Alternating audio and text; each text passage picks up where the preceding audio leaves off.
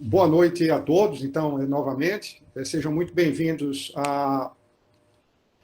ao ciclo de debates Relações Internacionais em Tempos de Pandemia, que tem como responsáveis o meu colega Rafael Mesquita e eu mesmo, Marcelo de Almeida Medeiros, né? Somos ambos, Rafael Mesquita e eu, professores da Universidade Federal de Pernambuco, Departamento de Ciência Política. E esse ciclo de debates, então, se encerra, talvez provisoriamente hoje, mas pelo menos a sua primeira parte, né, com essa quarta live. Então, tivemos uma primeira live que foi coordenada pelo professor Rafael Mesquita no dia 13 de maio, sobre saúde, meio ambiente e consequências humanas. Tivemos uma segunda live no dia 20 de maio sobre organizações internacionais e Estado, coordenado pelo professor Rodrigo Albuquerque, professor da Universidade Federal de Sergipe e vice-líder do NEP. Né? E tivemos, no dia 27 de maio, a terceira live, intitulada Judicialização Internacional, coordenada pelo meu colega, professor Leon Victor, da UFPE. E estamos, então, chegando a essa última live de hoje, intitulada Geopolítica, Segurança e Defesa. Então, por mim, coordenada, e que tem, então, como convidados o professor Marcos Guedes de Oliveira, que é professor titular do Departamento de Ciência Política da Universidade Federal de Pernambuco, o professor Ricardo Borges, professor associado do Departamento de Ciência Política também da UFPE, e o professor Gilles Lopes, professor adjunto de Relações Internacionais da UNIFA, a Universidade da Força Aérea. Tá?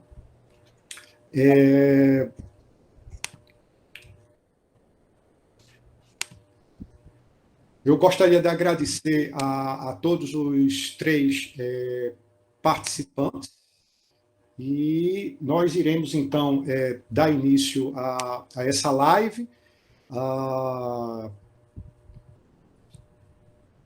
usando, então, um roteiro que eu havia proposto aos três participantes, né, abordar esse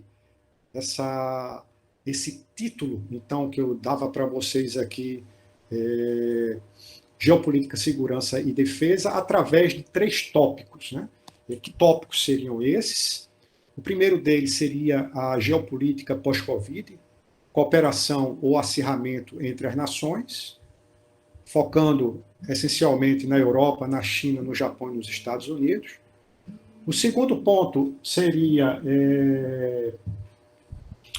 o papel das TIC, tecnologia de informação, né, na mitigação da pandemia e o poder cibernético no pós-pandemia. E, por fim, a ideia de defesa e mobilização nacional. Né? Então, esse será o roteiro que nós seguiremos.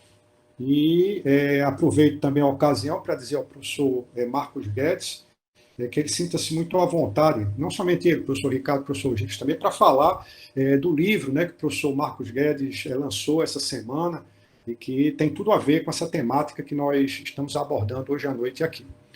Então, dito isso, a proposta, então, é que nós comecemos com o primeiro tema. Eu proponho a seguinte dinâmica: acordar 5 minutos a cada um dos participantes. Né? Então, cada um dos participantes fala 5 minutos sobre cada um desses três eixos que eu coloquei aqui. Tá? Isso dá 15 minutos por eixo, 45 minutos, com, às vezes, um tempinho a mais ou a menos. A gente chega perto de 1 hora, depois a gente teria uma meia hora, um pouco mais de meia hora, para atender aos questionamentos que serão feitos pelas quase 30 pessoas que estão participando conosco desse evento.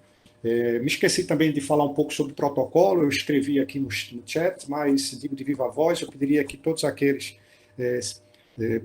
à exceção dos 3 convidados participantes, os 3 palestrantes, que aqueles que entrem mutem seus microfones e, de preferência, também apaguem as suas câmeras, né, para não sobrecarregar o o sistema. Pelo menos foi a ponderação que me fizeram antes de eu iniciar aqui a coordenação da live, tá?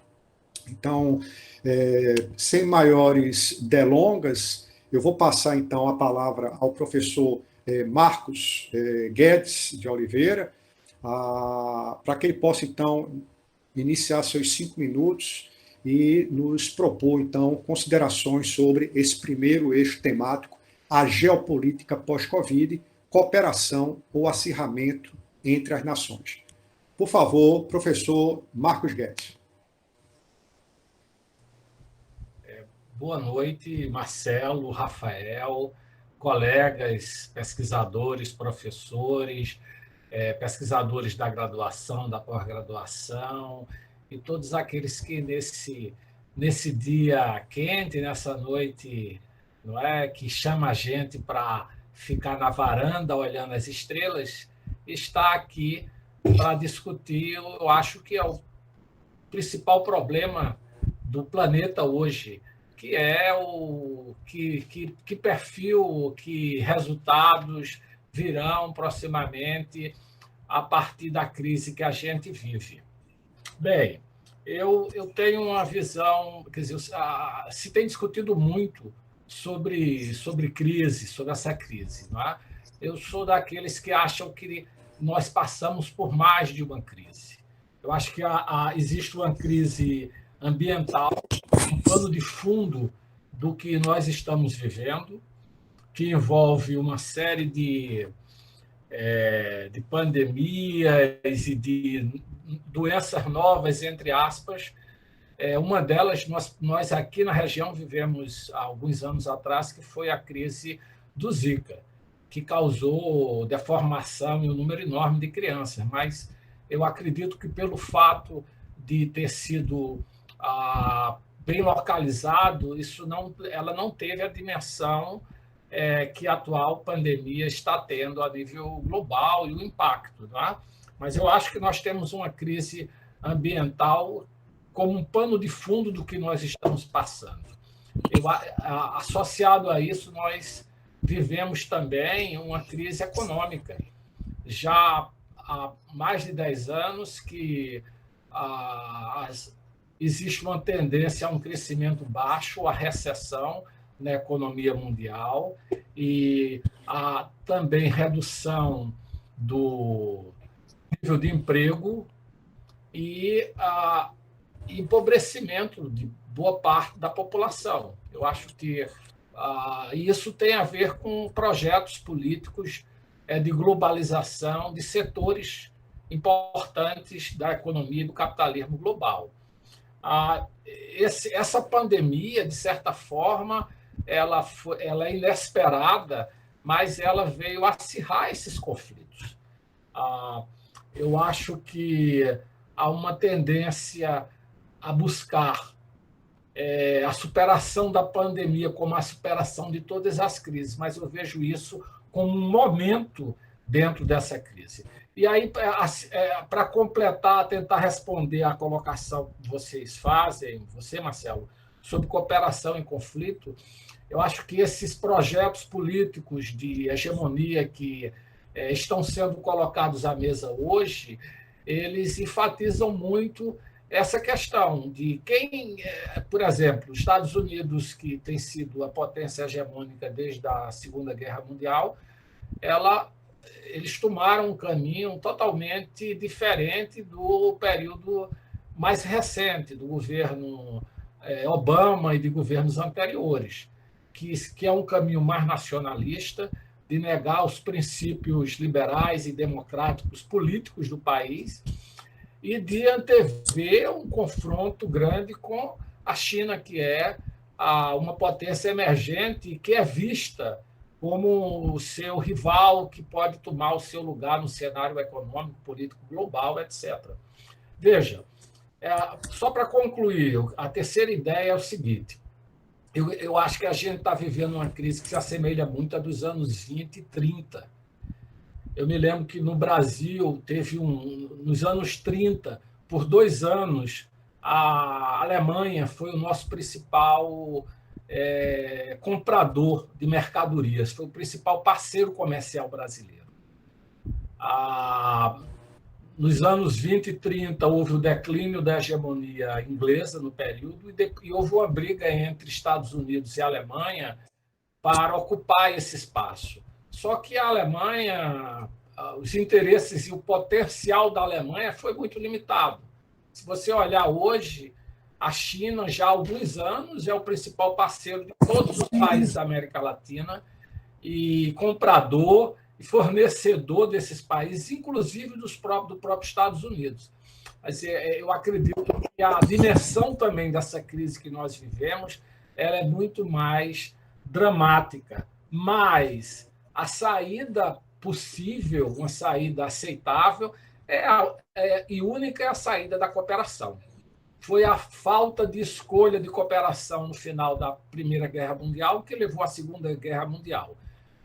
Infelizmente, olhando a partir dessa perspectiva, eu acho que o caminho nacionalista, hoje, ele é muito perigoso porque ele vai levar não só à destruição do sistema econômico, que precisa da escala global para crescer, como também ao encadeamento de guerras e conflitos abertos, principalmente no terceiro mundo, ou no antigo terceiro mundo. Obrigado. Muito obrigado, professor Marcos Guedes. A gente continua, então, nesse primeiro eixo, a geopolítica pós-Covid, cooperação ou acirramento entre as nações. Eu passo imediatamente a palavra ao professor Ricardo Borges, então, para que ele possa fazer suas considerações. Por favor, professor Borges.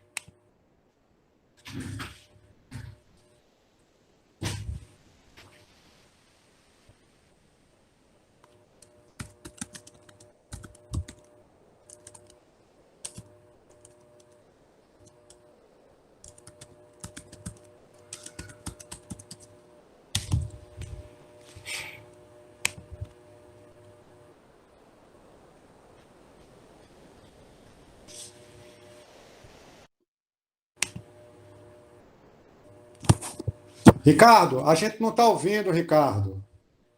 Tem que ativar seu microfone, Ricardo.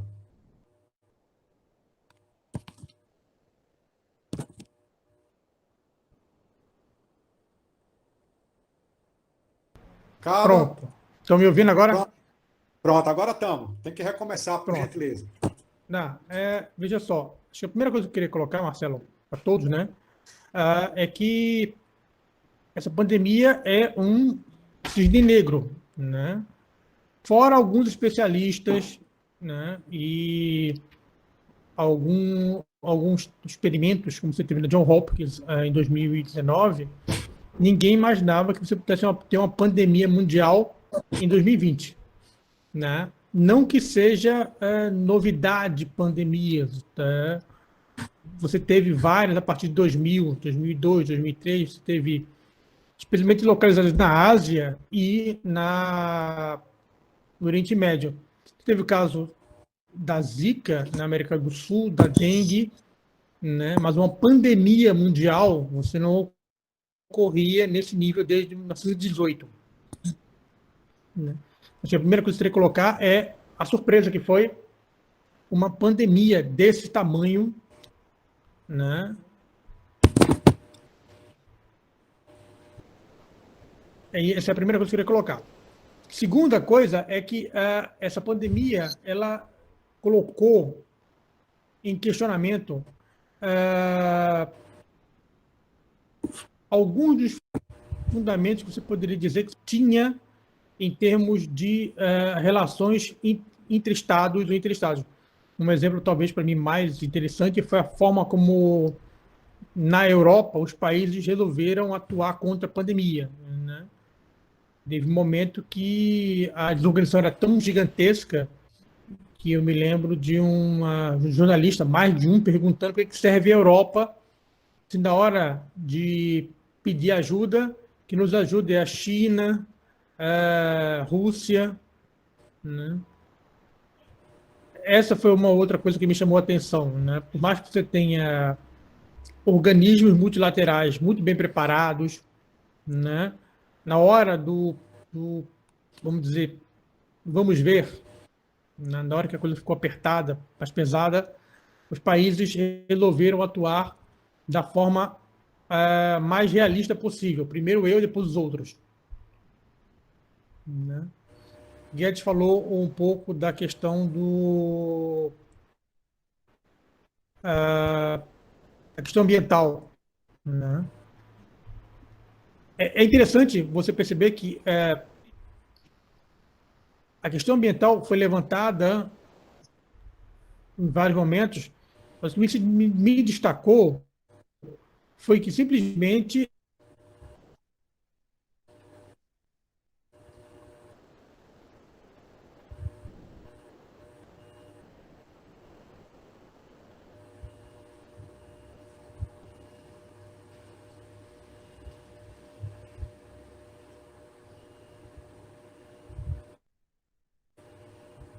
de notoriedade em termos de poluição, as pessoas começaram a respirar melhor. Né?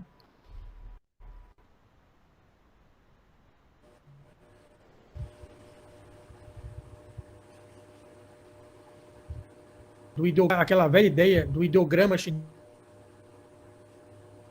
em crise, você tem crises de relações entre estados e entre organizações, e também tem oportunidade de você criar novas pontes. Né? E em vários casos, de muitos governos, vamos dizer, apertarem as suas políticas. Também é uma coisa meio que inegável que muitos países autoritários resolveram aproveitar nesse momento e fechar muito mais o seu país ou, né, instituir políticas de repressão mais fortes.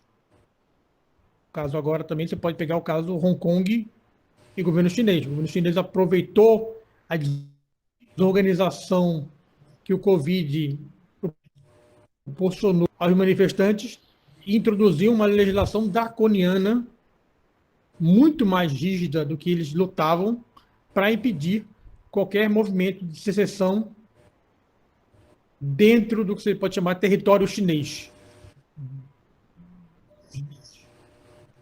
Outra coisa, talvez, se destacar é como, né, alguns países, algumas organizações foram questionadas. Se tem um questionamento da OMS muito forte, questionamento que ocorre já tem algum tempo, se pensa muito no Trump, mas se você dá uma olhada, muitos jornalistas já questionavam a forma como a OMS processou durante a pandemia, até porque o primeiro país a questionar a OMS foi Taiwan. Taiwan, no dia 31 de dezembro de manhã, mandou um e-mail para a OMS questionando o surto no território chinês. E à tarde, a China informa a OMS que havia uma epidemia de coronavírus dentro do território chinês. Só que Taiwan fez isso antes. E Taiwan fez várias advertências durante o processo, o período, mais ou menos 2 meses, até a OMS se decretar a pandemia, né? Dar um nome, Covid-19.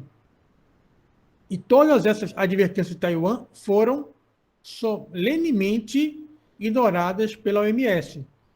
A OMS, nos seus diretores, pressionado por jornalistas, disse: não, Taiwan faz parte da China, nós tratamos com o governo chinês. Então, tem muita coisa para ser trabalhada, muita coisa para ser discutida. A maneira como os países estão processando todos os conflitos. Você tem N conflitos girando ao mesmo tempo.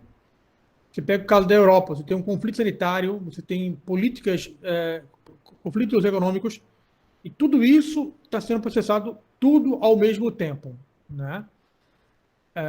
Bom, eu poderia falar agora, para a gente não me alongar demais nessa discussão.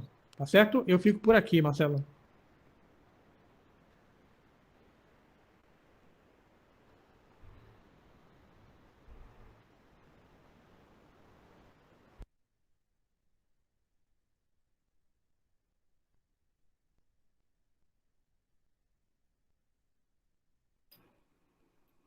Professor Marcelo, o senhor está sem áudio.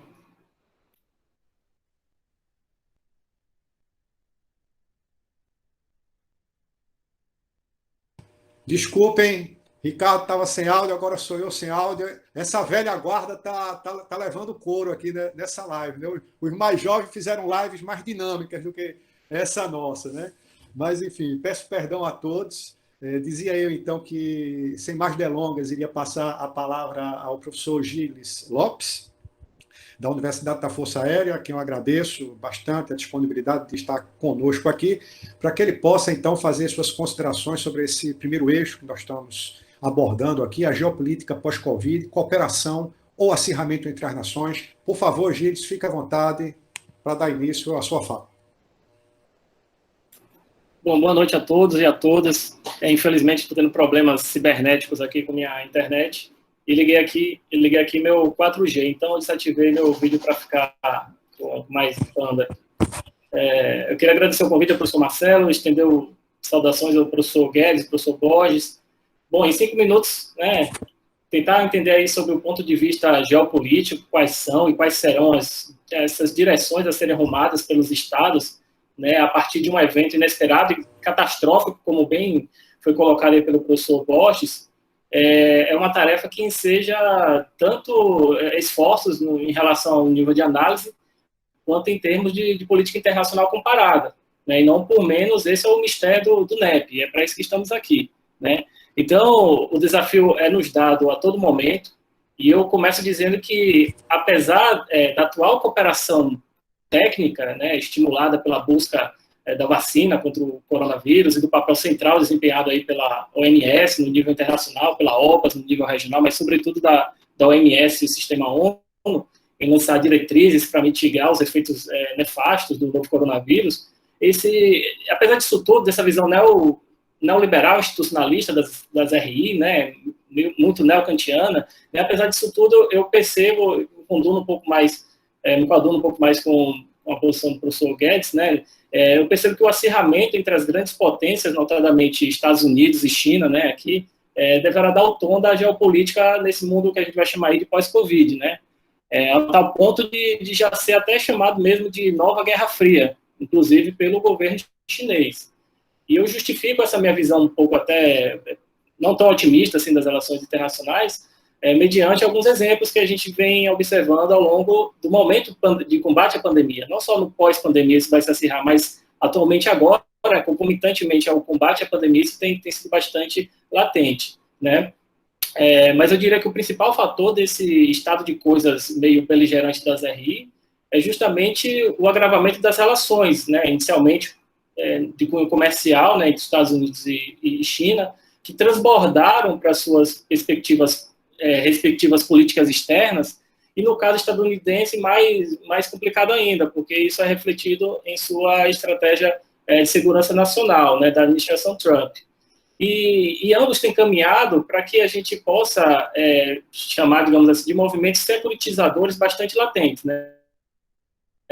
A ponto de, por exemplo, o ministro das Relações Exteriores chinês afirmar que os Estados Unidos foram infectados por um vírus político, né? Não só pelas falas diretas do presidente Trump, acusando a China, por exemplo, de plantar fake news sobre a origem do novo coronavírus, né, de sua ingerência na OMS, mas também pelas ações tomadas por Washington, né, no sentido de proibir a entrada de pessoas advindas da China, de colocar barreiras em relação à propriedade intelectual e sanções comerciais devido à questão da tecnologia 5G. E eu coloco algo mais interessante, é que na semana passada, né, os Estados Unidos resolveram pisar aí num calo bastante doloroso do ponto de vista geopolítico de Pequim, que é a ilha de Taiwan. Né? Os Estados Unidos começaram quase finalizando já uma negociação, né, com a venda de 18 mísseis submarinos MK.48. Né? Se a gente perceber que Taiwan e a China estão separados por menos de 200 quilômetros, isso vai incrementar em muito o poder naval da ilha, caso se concretize. Né?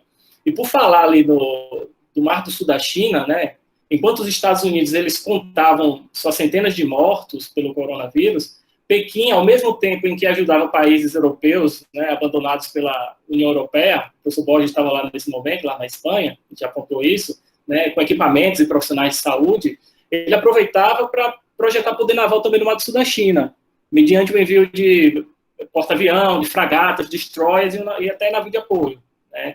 Enquanto, virou até uma visão um pouco simbólica, né? Enquanto isso, o porta-aviões estadunidense USS Theodore Roosevelt, né, teve que dar meia volta e atracar em Wuhan, né, devido à contaminação de quase 900 militares por Covid, né? Então, nem precisamos dizer o quão importante para o comércio internacional, do ponto de vista geopolítico mundial, né, é aquela rota marítima que conta ainda com parceiros estratégicos americanos, como o Vietnã e as Filipinas, né?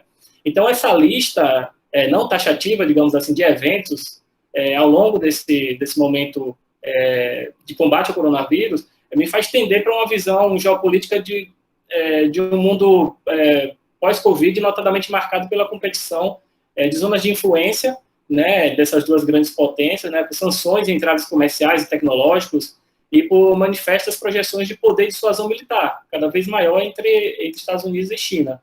Na medida em que ambos buscam aí, ao mesmo tempo, como foi falado pelo professor Guedes, resolver suas próprias contradições internas, que são complexas e manifestam aí uma necessidade muito grande de análise de política pública de cada país, né? Em outras palavras, professor, finalizando, eu entendo que não exista essa guerra ao Covid, né, esse termo, né, de que tanto se vem falando, porque a lógica e a gramática da guerra, elas continuam inalteradas nesse momento, né, em que os países deveriam estar, e aí eu concordo, cooperando mais, mas nem sempre o que a gente vê é aquilo que gostaríamos que fosse, né, e a geopolítica é uma dessas lentes que nos ajudam a não nos deixar cegos. Ok, Gilles, muito obrigado pelas suas considerações. Eu gostaria de relembrar aqueles que estão participando que eles podem me enviar perguntas via o chat, né? Já recebi aqui 2 perguntas.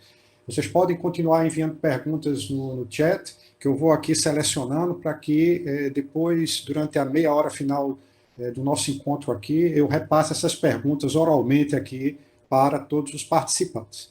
Bom, dando continuidade, nós vamos passar então para o segundo eixo da nossa discussão colocada hoje aqui, que é intitulado, esse segundo eixo, o papel das TIC, as tecnologias de informação, na mitigação da pandemia e o poder cibernético no pós-pandemia. Então, eu vou pedir para a gente fazer ao contrário agora, começar com o próprio Gilles e sair voltando, então, depois com o professor Ricardo Pós e depois com o professor Marcos Guedes. Então, Gilles, por favor, sinta-se à vontade para fazer as suas observações, considerações e reflexões sobre esse eixo que eu acabo de anunciar. Por favor, Gilles. Tá. Nesse segundo ponto, professor e demais colegas, eu queria trazer as discussões um pouco, assim, no primeiro momento, trazer o debate um pouco mais para a realidade brasileira. A gente falou um pouco de Estados Unidos e China, né, falar um pouco mais do Brasil, e em seguida estender esse debate mais para a área em que, nos últimos tempos, eu tenho redirecionado minhas pesquisas e estudos, que é justamente essa intersecção entre o poder cibernético e aeroespacial, tá? Então, para isso, eu trago também alguns exemplos da Força Aérea Brasileira, mas, de antemão, eu já saliento que eu não falo em nome dela, nem por ela, né, eu falo, sim, sobre ela, e eu faço justamente por meio de informações ostensivas e facilmente encontradas em fontes abertas aí pela internet, tá? Então, por exemplo, no âmbito da chamada Operação Covid-19, né, encabeçada aí pelo Ministério da Defesa brasileiro, né, o Embraer KC-390, ele, né, que é o maior avião militar fabricado no Hemisfério Sul, né, ele já teve praticamente seu batismo de fogo ali, durante a pandemia, né, e que tem sido bastante utilizado, especialmente, né, no transporte logístico de materiais, equipamentos de saúde, desde álcool gel até levar ambulâncias inteiras para regiões do Amazonas, tá? Então, especialmente na região norte, em que as TIC, aí elas encontram vários desafios logísticos de toda envergadura, e eu falo isso com a convicção de quem já morou alguns anos lá na região da Amazônia Ocidental, né? Eu atrelo ainda mais a importância desse poder aeroespacial brasileiro, no sentido de que o próprio satélite geoestacionário brasileiro está sendo utilizado de alguma forma ali para manter e distribuir uma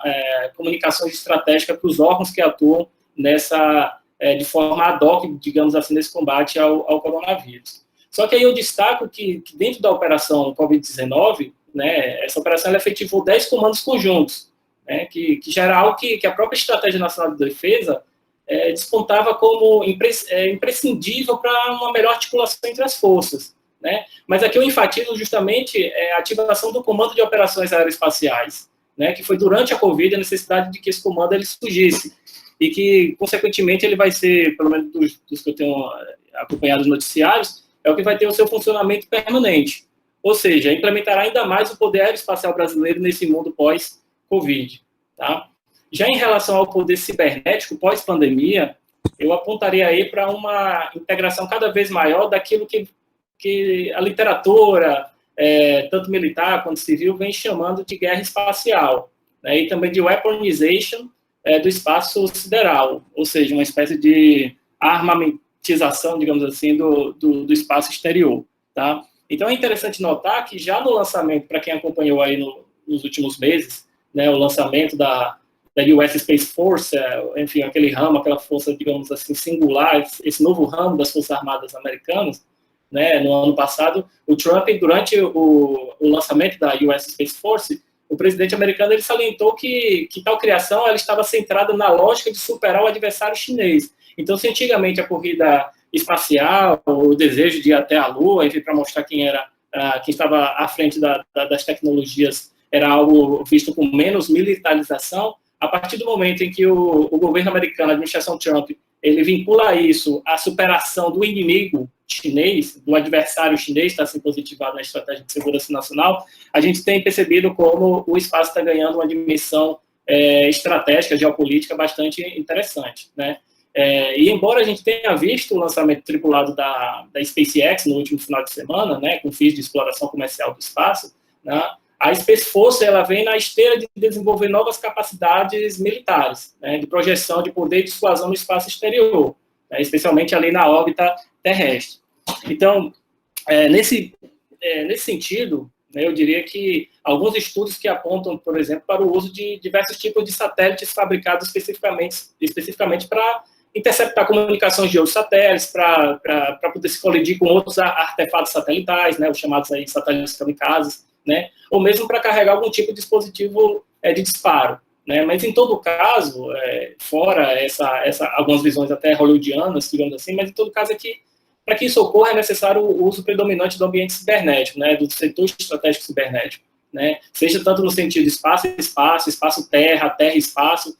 Então, proteger toda essa infraestrutura crítica de tecnologia de informação e comunicação, direcionada especificamente a ativos espaciais, tem sido, o tempo acabou aqui, mas só para complementar, tem sido justamente delegado à US Space Force. Tá?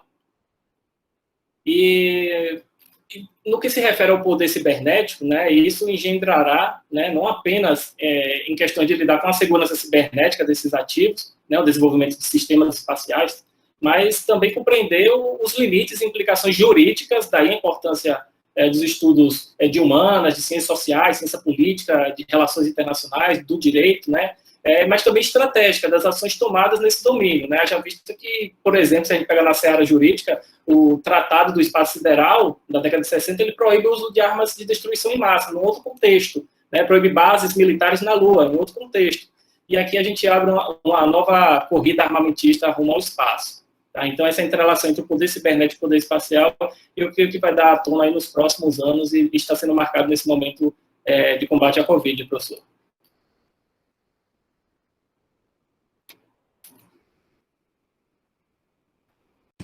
Ok, Gilles, muito obrigado pelas suas considerações. Eu vou passar então agora a palavra ao professor Ricardo Borges. Por favor, Ricardo, fique à vontade para dar início.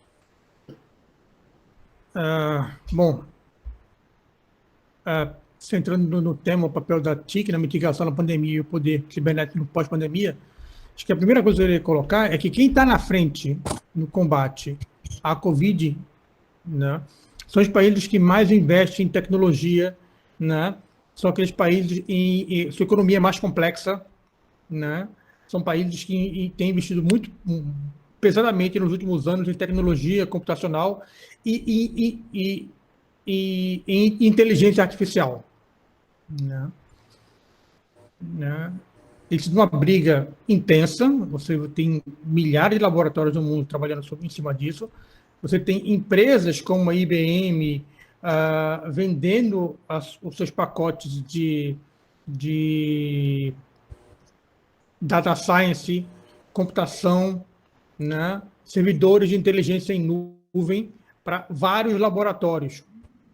Então, empresas como Microsoft, como Amazon, como Oracle, estão investindo pesado no desenvolvimento de sistemas de inteligência artificial que permitam aos laboratórios fazer milhares de testes, né, ao mesmo tempo, para tentar diminuir o tempo de investigação de uma vacina, né? E só vacina não, medicamentos. Isso tem gerado conflitos bastante intensos. Eu lembro que, algum tempo atrás, né, uma empresa americana, um apoio americano, tentou comprar um laboratório alemão que estava desenvolvendo tecnologia para vacina. Houve uma acusação do governo americano, FBI e CIA, de que hackers chineses invadiram, né, servidores e computadores de laboratórios americanos que estavam pesquisando sobre remédios e vacinas, né? Então, mesmo que você tenha outros, podemos chamar de a TIC, o poder computacional, ele seja algo que esteja evoluindo nos últimos 30 anos, mesmo o HIV não foi capaz de como é que eu vou dizer, de exigir que as empresas e laboratórios utilizassem uma capacidade gigantesca de processamento de computação para acelerar a construção de uma vacina ou de um medicamento. Levando isso para um outro aspecto. Você tem hoje o conceito de segurança, ele ampliou nos últimos tempos, né? E agora se fala muito em segurança sanitária, que é a ideia de que eu construa, né, um sistema, né, uma infraestrutura que me permita ser o mais independente possível na área sanitária. Não apenas em construir APIs ou ter medicamentos básicos, mas também em pesquisa. No caso europeu, se tinha primeiro as iniciativas individuais, Alemanha, França, Suíça. Agora você tem uma maior organicidade, laboratórios franceses, alemães e suíços trabalhando junto. Aí você vê pesadamente também outros atores, como os Estados Unidos, como eu falei, a China, Japão e Coreia. Todos eles utilizando boa parte da infraestrutura de computação de inteligência artificial para isso, né? A IBM está utilizando o Watson, que é o sistema de inteligência da IBM, para auxiliar vários laboratórios que concorrem todos ao mesmo tempo para tentar diminuir o tempo entre a procura e uma possível vacina testável em pessoas. Então, você tem hoje uma questão muito interessante, é como os estados estão tentando utilizar, ou os estados estão incentivando os seus laboratórios, incentivando suas empresas com financiamentos imensos no desenvolvimento de novas vacinas. No caso específico a OMS tentou permitir, né, que não houvesse patentes. Estados Unidos, Inglaterra e alguns países ficaram contra. Eles disseram, a gente pode até jogar o preço muito embaixo, permitir outros laboratórios, mas a patente será nossa.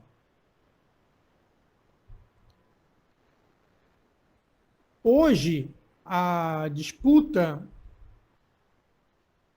em tecnologias 5G, inteligência artificial, computação quântica, sistema de segurança, tem sido muito intensa. Essa briga, Estados Unidos, Huawei, governo inglês, né, não é uma briga apenas por questões de tecnologia de comunicação. Tecnologia de comunicação é fundamental para que você consiga fazer com que haja uma organicidade nas ações de pesquisa, desenvolvimento em todas as áreas. Os Estados Unidos estão fazendo o quê? Eles estão...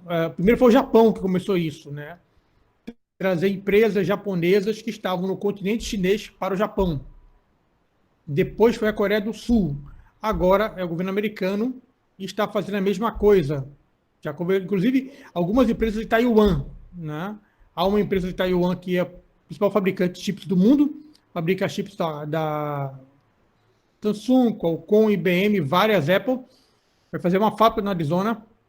O governo inglês, num projeto chamado Projeto Defense, que é um projeto para tornar o país mais autônomo em termos de segurança sanitária e trazer algumas empresas de alta tecnologia inglesas que fabricam na China para fabricarem na Inglaterra. Um exemplo é o laboratório AMD, né? Que é um laboratório que desenha na Inglaterra, fabrica na China. A ideia é trazer essas fábricas de volta para o território inglês, né? Então, você tem não é apenas uma disputa por fazer a vacina. É questão de status político, mas também tem a questão do desenvolvimento de tecnologias, né? Inclusive, é um ponto e vírgula nisso aí. Na discussão na Europa sobre os chamados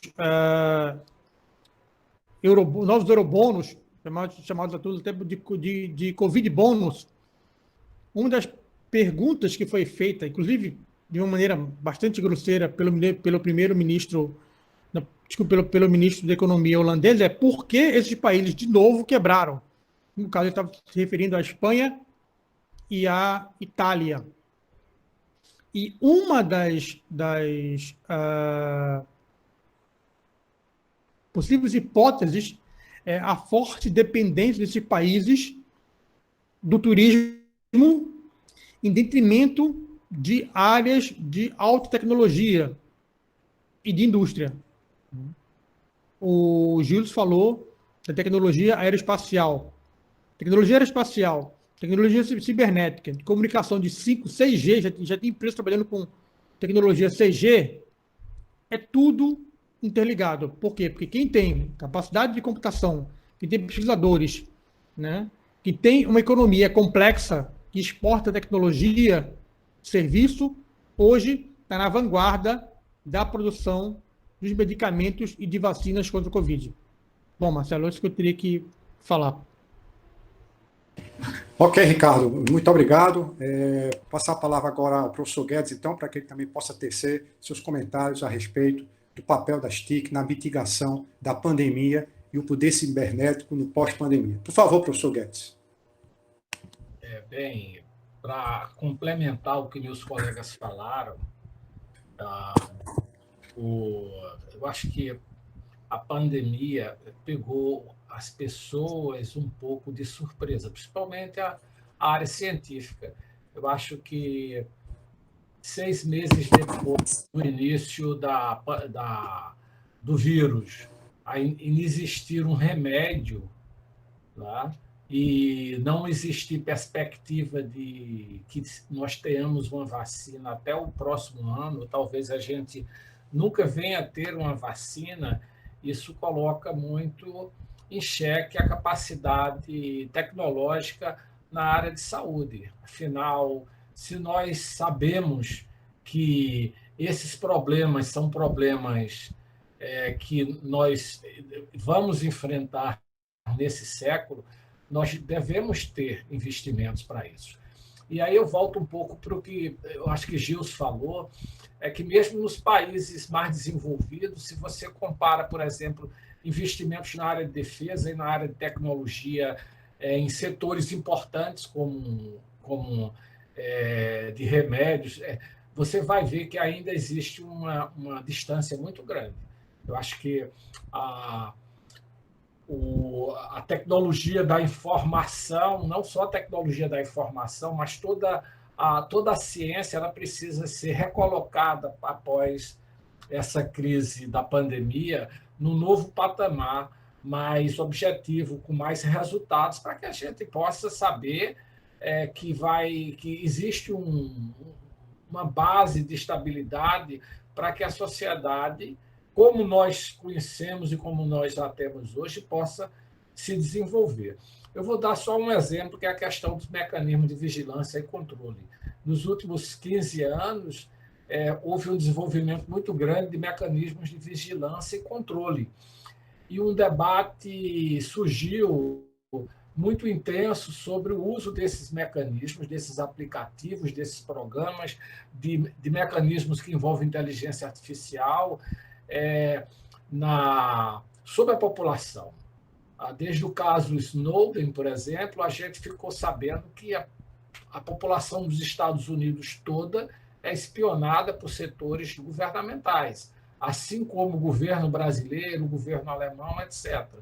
Quer dizer, a tecnologia da informação, como qualquer outra tecnologia, como a tecnologia nuclear também, ela traz benefícios, mas se a sociedade, se a política não sabe lidar com o aspecto sombrio e negativo dessas tecnologias, não age de uma maneira que crie mecanismos de regulação, essas tecnologias podem acabar se voltando contra a sociedade.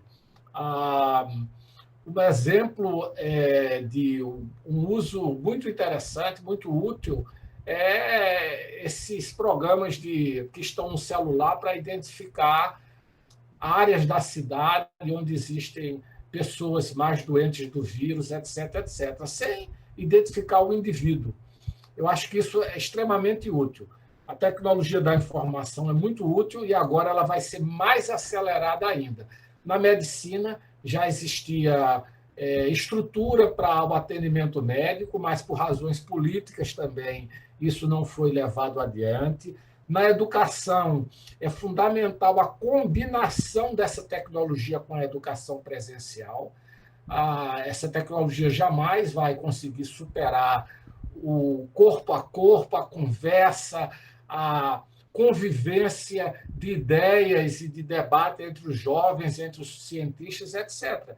Mas essa tecnologia pode criar mecanismos de suporte e de apoio para ampliar esse tipo de atividade na área de educação e na área de pesquisa. Mas a gente fica hoje ainda com essa preocupação.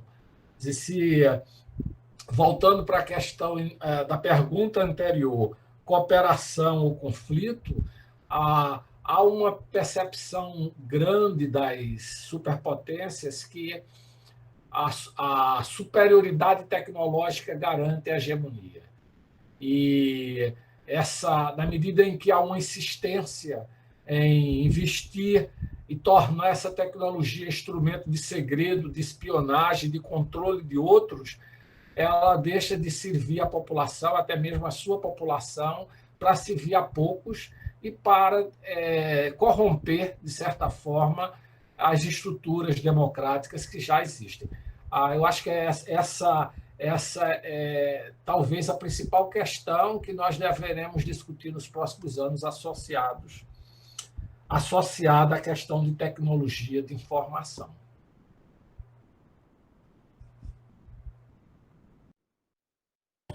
Ok, Guedes. Muito obrigado aí pelas suas considerações.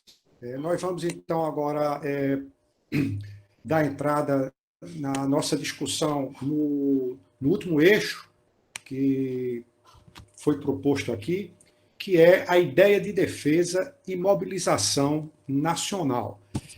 Por razões técnicas, o professor Gilles me pediu para dar início, que ele está com receio que a conexão dele conosco caia, né? Então, a minha ideia inicial era agora recomeçar com o professor Guedes e voltar, mas o professor Gilles pediu por razões técnicas para fazer a intervenção dele. Então, eu vou pedir ao professor Gilles que inicie, e depois, então, a gente volta para o professor Ricardo Borges e volta para o professor Guedes. Deixa o professor Guedes por último, porque eu gostaria justamente que nesse último bloco que eles terão, o professor Guedes, então, comentasse um pouco sobre o livro dele, que tem a ver com esse último eixo, tem a ver na medida em que esse último eixo fala sobre mobilização nacional, e o professor Guedes coordenou, né, uma obra, um livro, foi lançado ontem, chamado Defesa, Segurança Cibernética e Mobilização Nacional. Então, a gente começa com o professor Gilles, depois o professor Borges, por fim o professor Guedes, a quem eu peço, repito, que na sua fala comente um pouco sobre o lançamento desse livro. Professor Gilles, fique à vontade para dar início às suas considerações.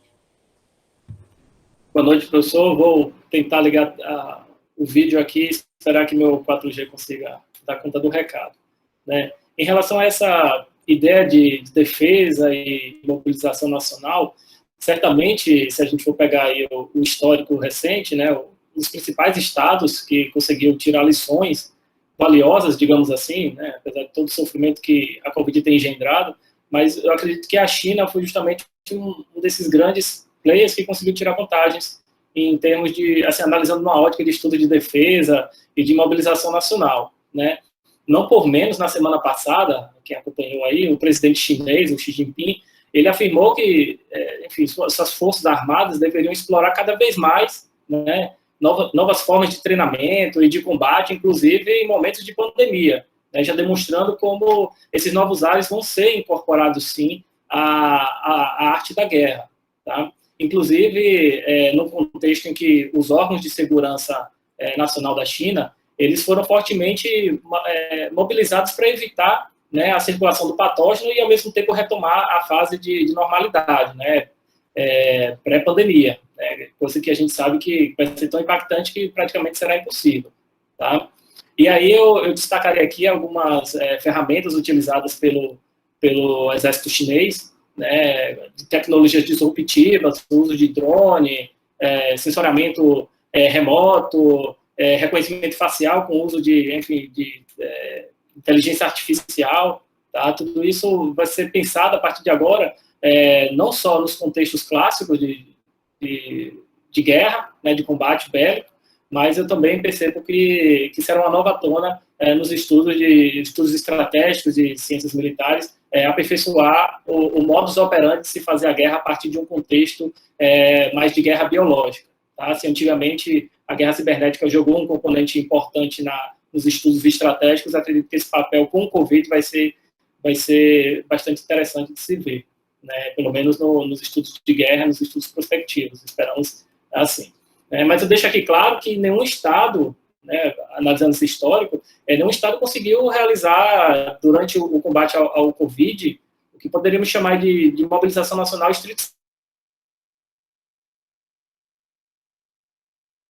Tem ao seu dispor, né, para combater até a morte, né, um inimigo externo, né, e mobilizando para isso todos os poderes que a sociedade, né, enfim, os recursos humanos, os recursos tecnológicos, a tríplice hélice tem a dispor, né. Então, mais uma vez, eu coaduno no sentido de que falar de guerra ao Covid não cabe aqui, né, mas estudar a mobilização nacional exige um esforço de análise de cenários, né, que no caso, que esse momento chegue, e a gente espera que isso não ocorra, né, é verdade, né, não só os órgãos ligados à defesa nacional, né, ao poder militar, eles estejam preparados, mas também a sociedade saiba como reagir e qual o seu papel dentro dessa visão mais, digamos assim, funcionalista da guerra, né, colocando todos os esforços aí de guerra a serviço da sociedade. Então, por isso é que é fundamental que a academia civil, ela ajude por meio das pesquisas e publicações, como o professor Guedes vai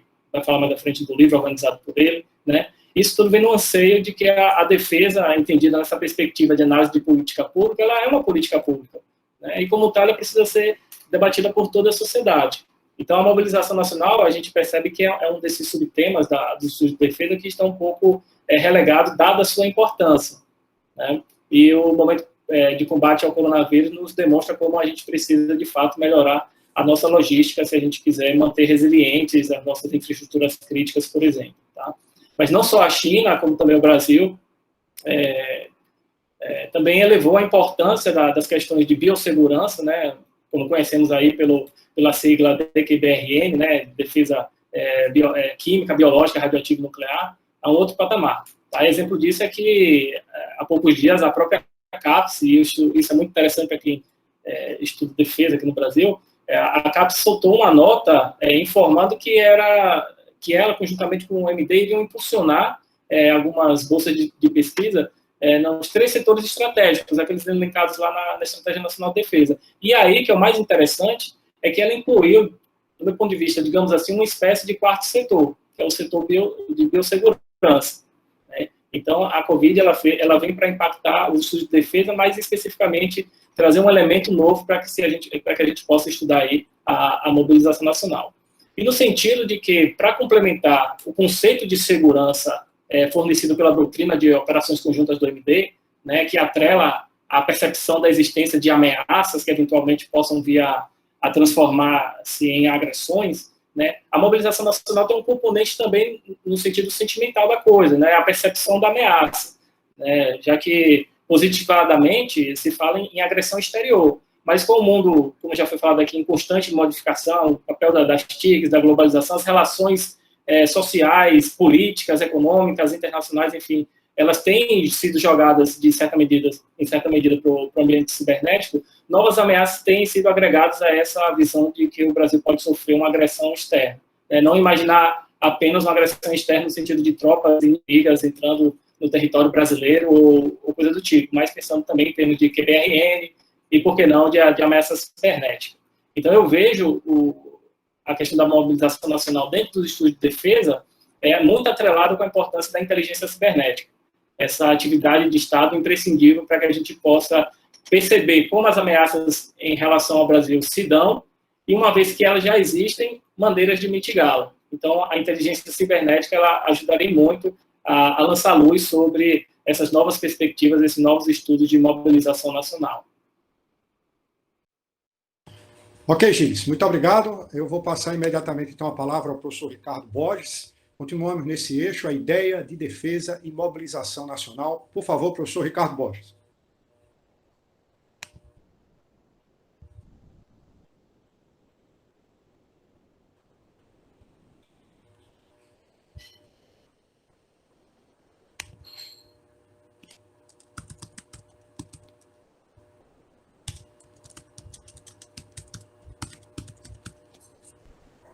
Né?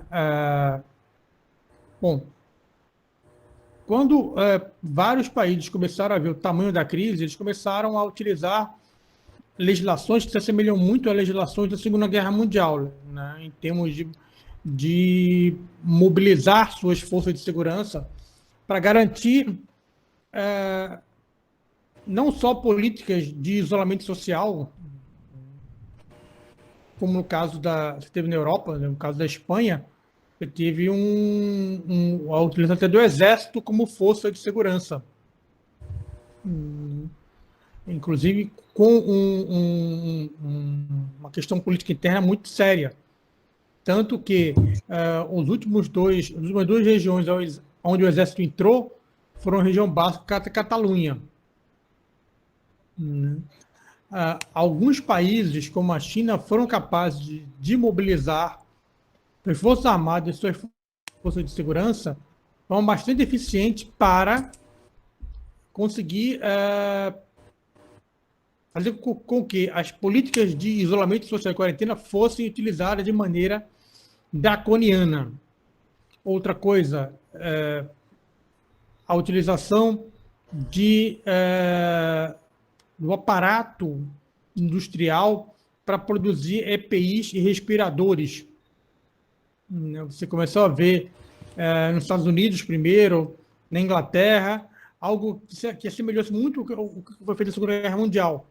quando as indústrias começaram a mudar suas plantas para fabricar equipamentos de larga escala, né, contra equipamentos de EPI, medicamentos. Eu me lembro de algumas fábricas europeias ligadas às Forças Armadas que estavam fabricando uma quantidade gigantesca de paracetamol, né, cloriquina e outros medicamentos, né, que estavam sendo demandados naquele momento. A legislação de mobilização nacional, ela tem uma grande vantagem porque ela permite você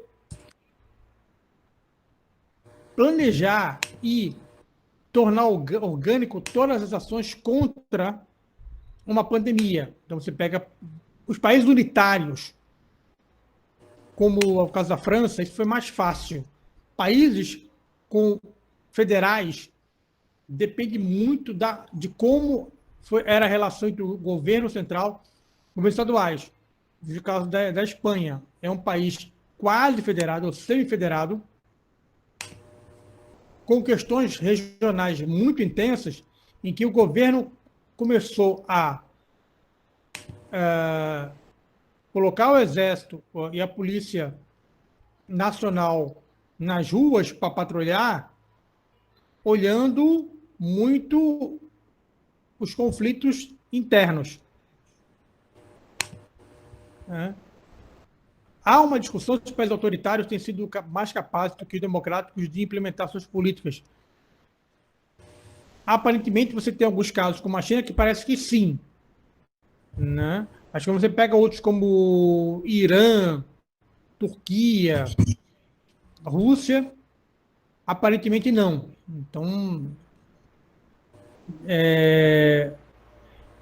ser democrático ou não ser democrático não parece ser uma variável interveniente nesse processo. A utilização das Forças Armadas contra as pandemias tem sido um instrumento generalizado, especialmente na parte de logística. Né? Mas você tem várias situações de várias marinhas, especialmente, que têm tido seus navios retornando às suas bases por questão de contaminação. Gilson falou da Marinha Americana, mas a Marinha Francesa também teve que parar o Charles de Gaulle e alguns outros navios, né, com medo de que a pandemia ou que o vírus se espalhasse pela tripulação inteira. Né? Os russos, quando foram auxiliar os italianos, mandaram batalhões de guerra biológica. Né? E os batalhões de guerra biológica estavam literalmente lavando as ruas, né, da Lombardia. Não cheguei a ver isso com intensidade em outros países. Né? Mas a utilização da legislação de mobilização nacional, no nosso caso, teria sido interessante para dar maior organicidade às ações entre o governo federal e os governos estaduais. Né? Nos Estados Unidos, também é muito complicado, porque normalmente a legislação de mobilização nacional se usa em situações de guerra. Nós não estamos numa guerra oficialmente, mas muitos países utilizaram legislações, né, tão importantes quanto para permitir que seus governos mobilizassem suas forças armadas, suas polícias e parte da indústria, né, contra a crise provocada pela Covid. Em alguns casos, como o caso da Alemanha, foi de uma eficiência ímpar. Né? É muito interessante como a Alemanha foi capaz de mobilizar toda a sua infraestrutura, sua indústria, suas forças armadas, e talvez isso seja uma das respostas pela baixíssima letalidade do vírus dentro da Alemanha. Né? E depois disso, obviamente, a Alemanha começou a auxiliar alguns países, França, Itália e Espanha. Se algum país democrático demonstrou um altíssimo grau de eficiência nisso aí, eu destacaria Israel e a Alemanha.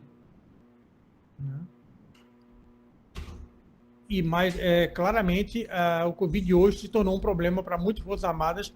Por quê? Porque seus efetivos, muitos deles, são fortemente atingidos pela pandemia. Bom, Marcelo, isso é o que teria para colocar, tá certo?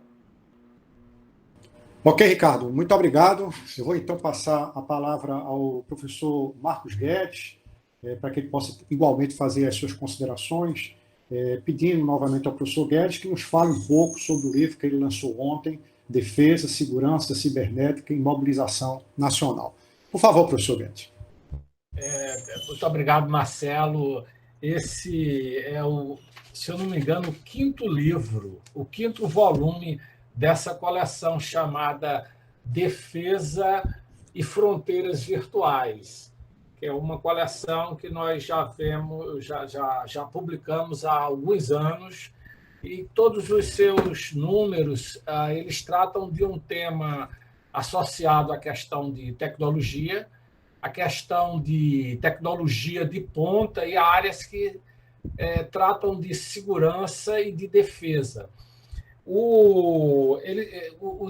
As coletâneas também, eu procuro sempre combinar autores de especialistas já, doutores, professores, como professor Borges, professor Gils, com jovens doutorandos e mestrandos que pesquisam a temática e com professores de outras universidades do Brasil e do exterior.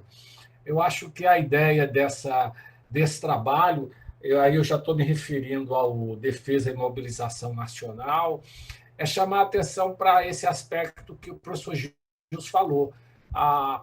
Nós vivemos num novo mundo, onde a tecnologia de informação e a cibernética tendem a cada vez mais fazer parte do nosso dia a dia. Outro dia eu falei sobre a tecnologia nuclear, que revolucionou os anos 40 e 50, mas a tecnologia nuclear não estava presente no dia a dia dos indivíduos. Não é? Hoje não, a tecnologia ela é unificadora. Cada vez nós somos imersos em produtos desses processos tecnológicos em evolução. E certamente eu acho que isso implica numa mudança do comportamento e das estruturas sociais dominantes e arcaicas que nós temos no planeta todo. Acho que para poder evoluir em direção a essa cooperação maior a nível global e para que a humanidade como um todo tire benefícios máximos dessas tecnologias, a gente precisa também se adaptar, regulando ela de um lado em termos que evite os seus aspectos negativos venham destruir a democracia, por exemplo, e, de outro lado, tentar adaptar elas e educar os jovens. Quer dizer, o livro trata de vários temas que eu entendo que são importantes. Por exemplo, sobre a educação. A gente olha a tecnologia de informação e a cibernética como uma nova linguagem que todos os jovens precisam aprender na escola. Inclusive, eles precisam incorporar conhecimento para se defenderem do abuso via os instrumentos tecnológicos que nós usamos. Isso não é feito, eu acho que não é feito em lugar nenhum do mundo. Não é? Na área de defesa, propriamente dito, quando nós entramos num período em que não se declara mais guerra, não se vê como provável aquele conflito tradicional de tropas do século XIX. Hoje, o conflito ele se dá num nível que envolve a sociedade, a cultura e outras dimensões que a gente entendia que não fazia parte do mundo do conflito entre as nações e entre os interesses. É importante também que, quando os Estados modernos pensam em defesa, em segurança, eles levam em consideração que a defesa e a segurança têm um objetivo único, final, que é a democracia, o indivíduo, a liberdade, a capacidade de evolução dessa sociedade. E que essa sociedade tem que entender isso e se incorporar a isso.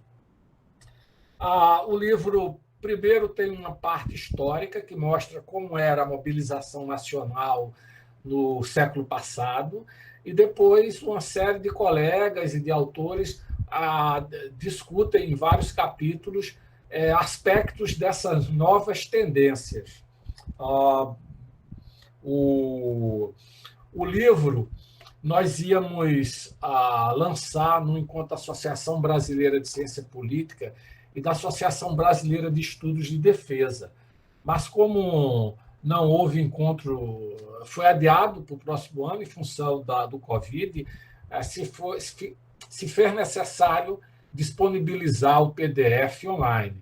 Eu vou mostrar a vocês aqui onde vocês podem baixar. É no site da nossa rede CTI-DC. Lá vocês vão encontrar não só o livro, mas outro material discutindo a pandemia, tecnologia, inteligência artificial, etc., produzido pelos pesquisadores do nosso grupo de pesquisa do CNPq, que trata do tema. Esse projeto, é importante frisar isso, Marcelo, é financiado pelo Ministério da Defesa, pela CAPES, pelo CNPq e pelo Instituto Pandiacalógeras também, e eu entendo que nós, como pesquisadores da academia, estamos cumprindo nossa obrigação de provocar, de trazer novas ideias, novas perspectivas e esperar que as nações, não é, frente a essa crise que nós discutimos no início, estejam à altura de se readaptarem, se redefinirem dentro dos seus princípios mais elevados declarados, para que a gente possa, para que essas jovens gerações que estão nascendo no século XXI possam ter uma certa estabilidade, de progredirem, viverem esse século como nós, de certa forma, vivemos o século passado, e que nós não sejamos jogados em conflitos, em guerras que tragam uma situação bem pior do que essa que nós já vivemos com a pandemia. Eu acho que basicamente é isso. Quero agradecer mais uma vez a oportunidade que você deu de estar aqui com meus nobres colegas conversando e de falar um pouco sobre essa publicação. Professor Guedes, muito obrigado pelas suas considerações. Eu gostaria de parabenizá-lo por esse feito, né, vamos dizer assim, essa tendência cristalizadora que você tem exercido, coordenando várias obras aí, reunindo, como você bem pontuou, várias categorias de professores mais sêniores, professores mais jovens, estudantes, colegas de outras instituições aqui do Brasil, colegas do exterior. Então, eu acho que é um papel muito importante para o desenvolvimento dessa área de segurança e defesa dentro da sub-área de relações internacionais aqui no Brasil. Nós temos 5, 6 perguntas, pessoal, que eu gostaria de passar para vocês. São 19h22, o nosso horizonte temporal inicial era 19h30, mas nós tivemos alguns pequenos problemas técnicos no início, e então a gente pode ultrapassar um pouquinho, 5, 6, 7 minutos, o horário das 19h30. Eu vou fazer as 6 perguntas e vocês respondam as 6 se quiserem, tá? Mas respondam de forma breve, porque senão não vai ter tempo para que os 3 respondam tudo, né? Então você fica a critério, se responder 2 ou 3 com um pouquinho mais de tempo, né? Senão responde a todas com menos tempo, tá?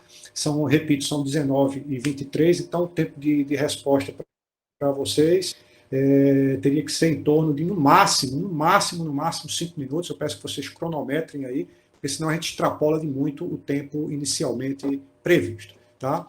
Que questões são essas? Então, eu vou ler aqui as questões em ordem cronológica que foram feitas, tá?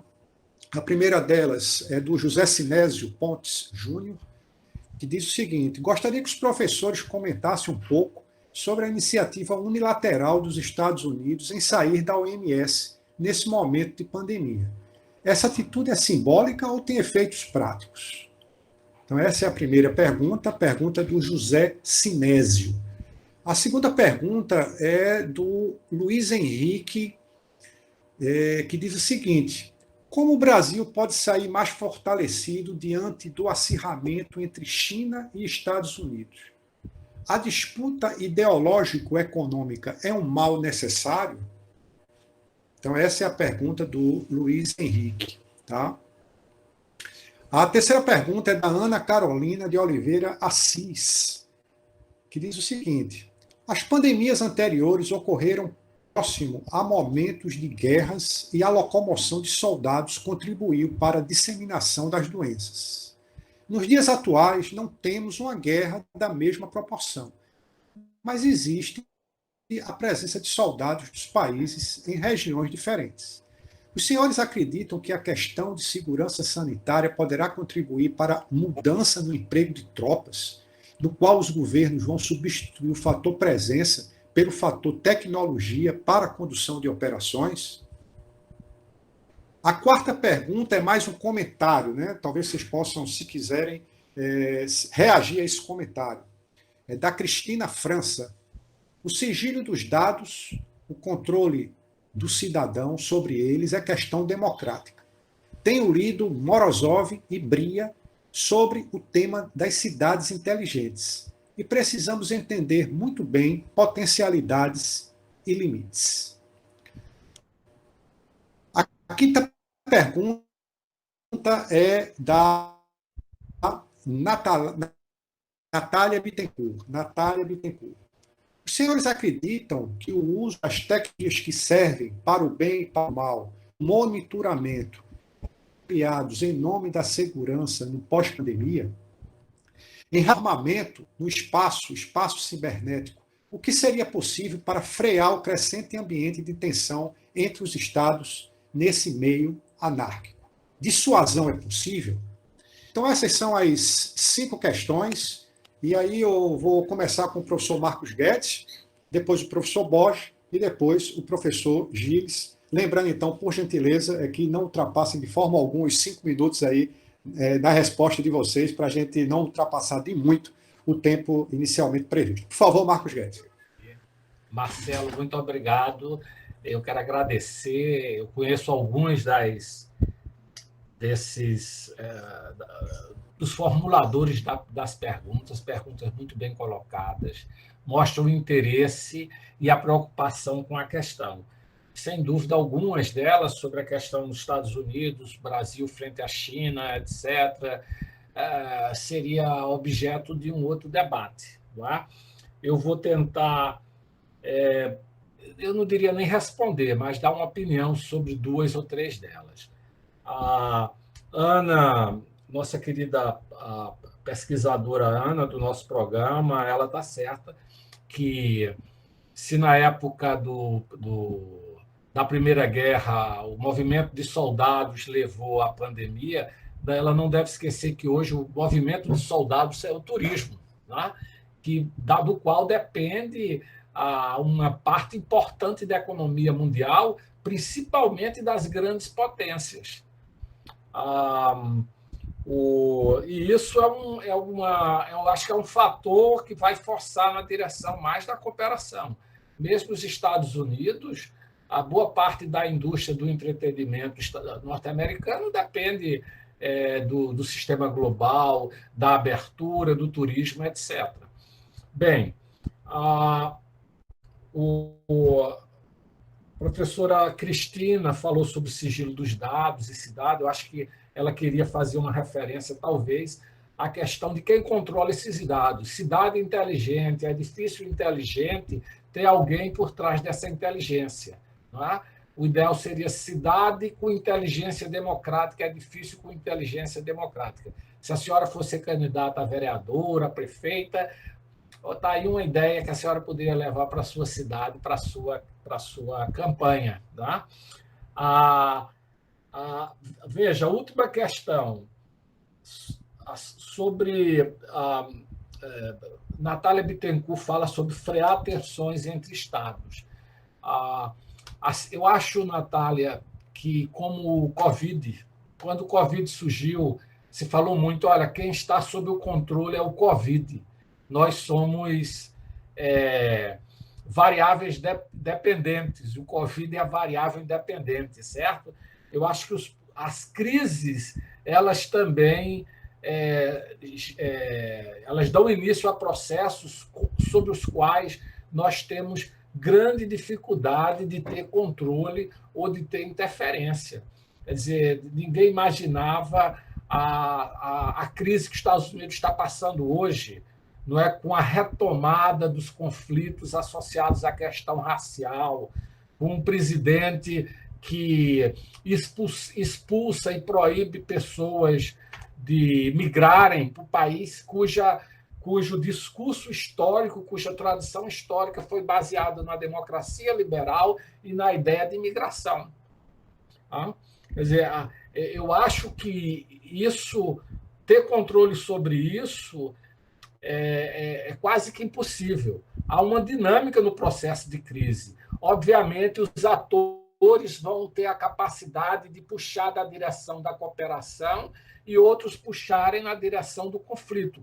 Isso vai depender muito da habilidade dos atores. Mas há uma dinâmica nessa crise sobre a qual nós não temos controle e que implica que nós não sabemos o que vai acontecer. E aí eu quero só finalizar falando sobre essa questão Brasil, Estados Unidos e China. Eu acho que, olhando do Brasil, a gente tem uma ideia que nós temos uma capacidade grande de intervenção. Eu entendo que não. Eu acho que, historicamente, o Brasil sempre teve uma capacidade muito limitada. Ele sempre teve que se alinhar com grandes potências desde a época colonial. Não é? E apesar do Brasil, a partir de Juscelino Kubitschek, dos anos 80, ter desenvolvido um processo que gerou uma maior independência frente às potências europeias e frente aos Estados Unidos, hoje nós ainda somos quase que um peão nessa disputa entre as grandes potências. Quer dizer, o que vai mostrar a nossa competência ou não é a capacidade de a gente conseguir unificar um discurso político para propor uma saída e uma postura que crie benefícios frente a esse conflito entre China e Estados Unidos e que não deixe o Brasil virar um foco desse conflito. Lembre-se que na Guerra Fria, a Ásia, o Vietnã, por exemplo, se tornou um foco desse conflito. E as grandes potências travam suas guerras frias no solo dos países do terceiro mundo.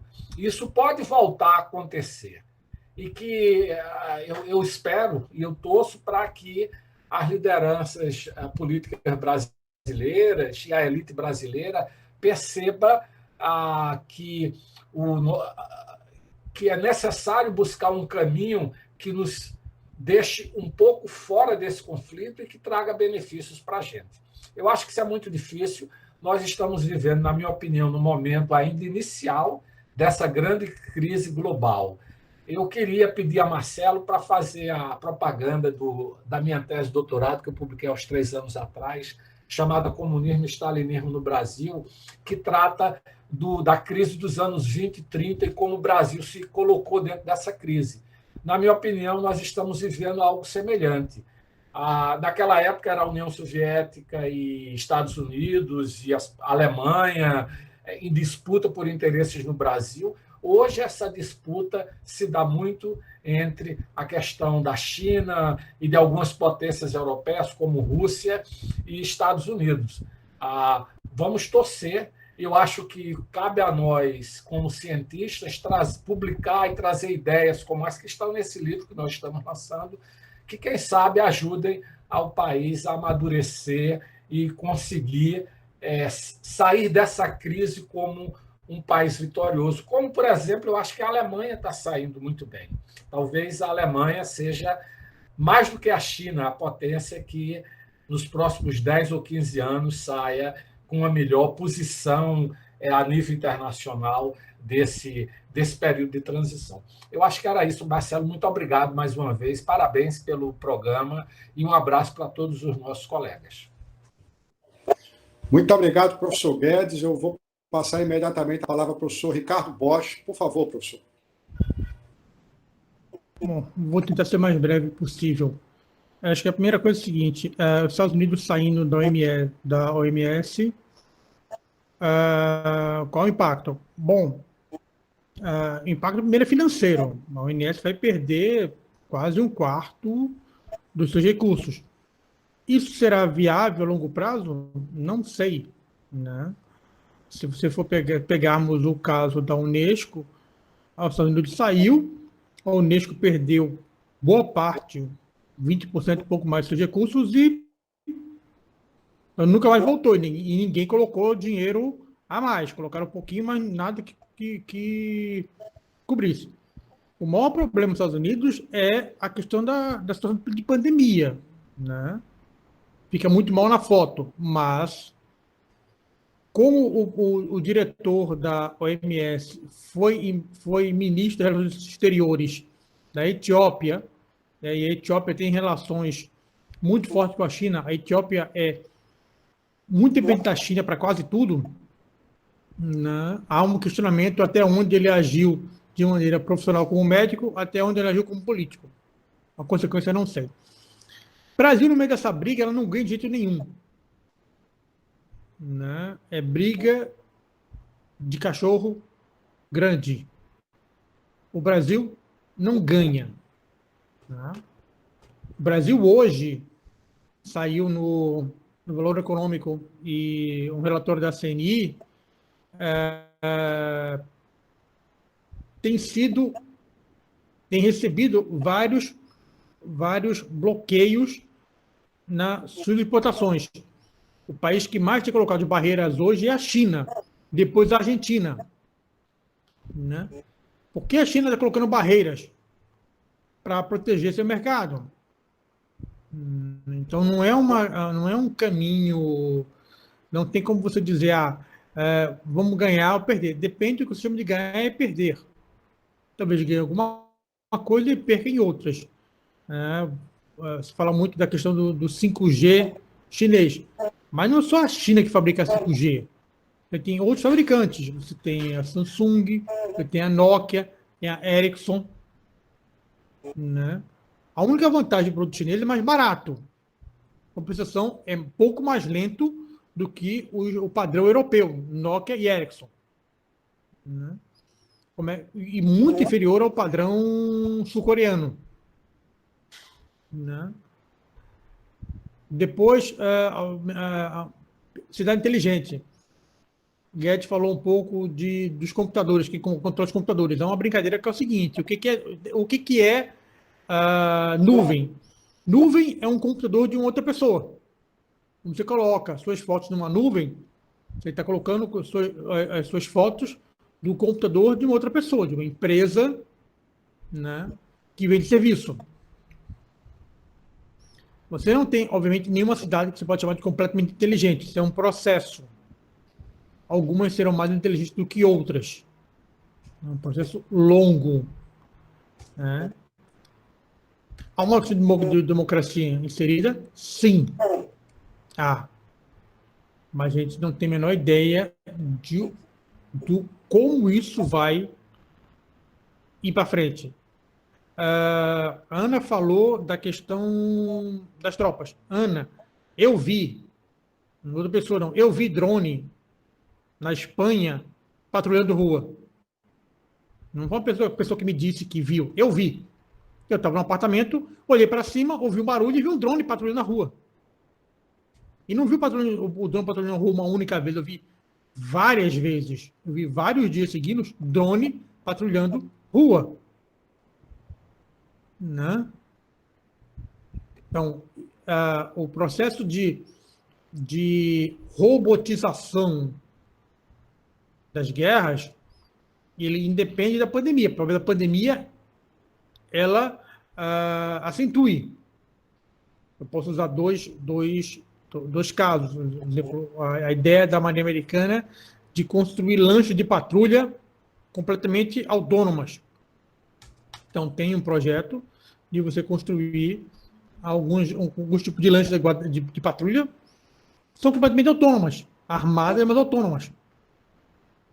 Ou, no caso da Marinha Alemã, que faz uma fragata de 6.000 toneladas, que é tão automatizada que ela tem menos marinheiros do que as nossas, que são de 3.500.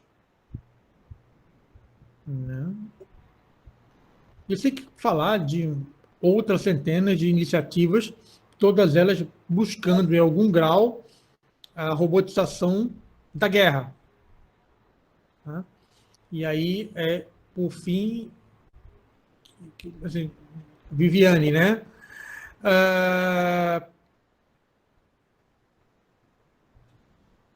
Eu acho, Viviane, que você não tem como frear isso aí. Né? Quando é que isso vai frear? Quando os atores começarem a ver que os custos, né, de desenvolvimento desse tipo de armamento, o custo de um conflito é tão grande que nenhum deles ganha. Né? Eu sempre gosto de utilizar como exemplo para os meus alunos por que não teve guerra nuclear o filme do Doutor Fantástico. Né? E eu diria o seguinte, a militarização do espaço vai ocorrer? Vai. Há uma comédia, inclusive, na Netflix sobre isso, né? Acho que State Force, ou Space Force, né? Que vai fazer com que os países negociem o custo político disso, o custo econômico e a possibilidade de conflito. Né? Dissuasão é possível? Acho muito difícil. Né? Permite que os contendores, todos eles têm armas nucleares. Uma coisa é ter, outra coisa é usar. É verdade. Mas eu acho que muito disso aí é retórica. Há alguns pontos que podem levar a um conflito mais grave. Tem Taiwan. Né? O que a China fez agora com Hong Kong, rasgando os acordos que fez com a Inglaterra, e os acordos que havia com a Inglaterra dava a Hong Kong uma liberdade igual ao status que ele tinha antes de retornar ao domínio chinês, de 50 anos. Né? Em metade do tempo, a China foi lá, rasgou os acordos que tinha feito com a Inglaterra, utilizou uma legislação draconiana. Então, tem aquela ideia de um país, dois sistemas, foi para o lixo. Então, para Taiwan, isso é um aviso muito forte de que não tem como negociar com Pequim. E Pequim colocou no papel que se Taiwan se torna independente, vai ter guerra. Tá? Taiwan se tornar independente, eu acho que vai. Né? Bom, é isso tudo que eu tinha para dizer. Né? Marcelo? Volta, Marcelo. Ok, Ricardo. Muito obrigado, Ricardo. Vou passar para a Gils. Vou pedir para a Gils ser breve, porque nós estamos bem adiantados aí no tempo, Gils. Então, por favor, poder de síntese aí. Pode ficar à vontade. Bom, a guisa de agradecimento, de encerramento das palavras, vou pegar aqui apenas só pincelar duas perguntas feitas aí, uma pela Ana, em relação ao uso de tropas, né, se o fator presença será substituído pelo tecnológico. É que a gente percebe que, logicamente, nenhum país ele vai abdicar de ter fisicamente presença em algum país que ele considera zona de influência, né, ou países satélites.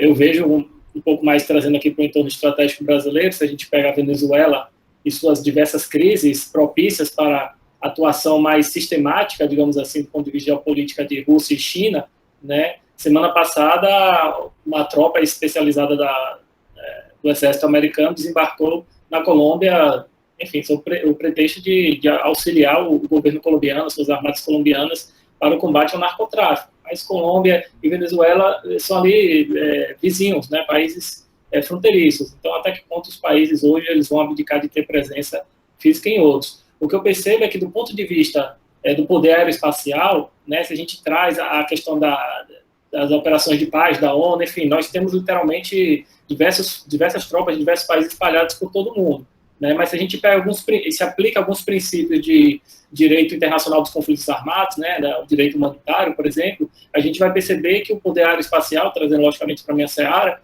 ele está muito latente, no sentido de que ele coloca o princípio da distinção, que é um dos princípios mais utilizados nesse mote, né? Ele coloca o princípio da distinção, que é que os ataques militares eles têm que ser estritamente nos objetivos militares.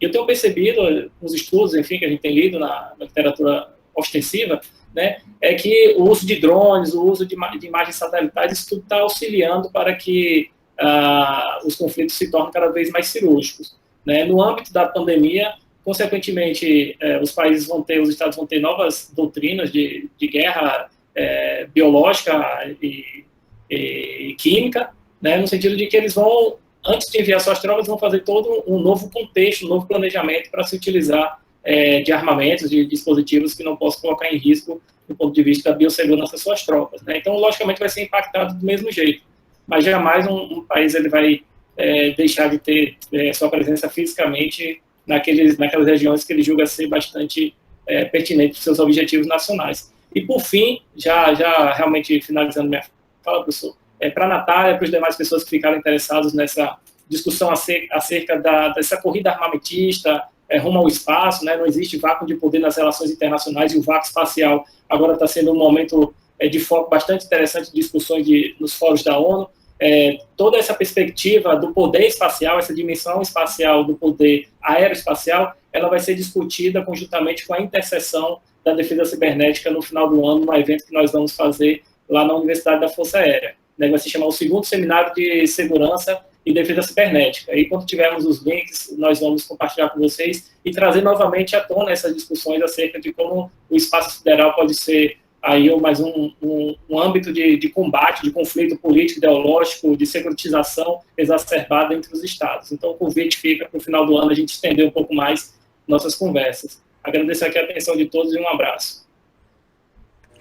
Muito obrigado, Gilles, pela tua intervenção, por ter sido breve, porque, de fato, nós ultrapassamos aí um pouquinho mais de 15 minutos no nosso tempo inicial, mas isso se deve, eu peço perdão a todos que estão participando, em grande parte, a minha inabilidade aqui de coordenar, é a primeira vez que eu estou coordenando uma live, então peço perdão por ter se estendido um pouco mais, enfim. Gostaria de agradecer a você, Gilles, nosso convidado externo à universidade, apesar de você ser um pouco da casa, mas, enfim, que está aí na Universidade da Força Aérea, ao professor Marcos Guedes, ao professor Ricardo Borges, por terem todos aceito o convite para participar dessa quarta live dentro do ciclo de debates que foi, então, promovido pelo NEP, né, que é um núcleo de pesquisa do nosso Departamento de Ciência Política da Universidade Federal de Pernambuco.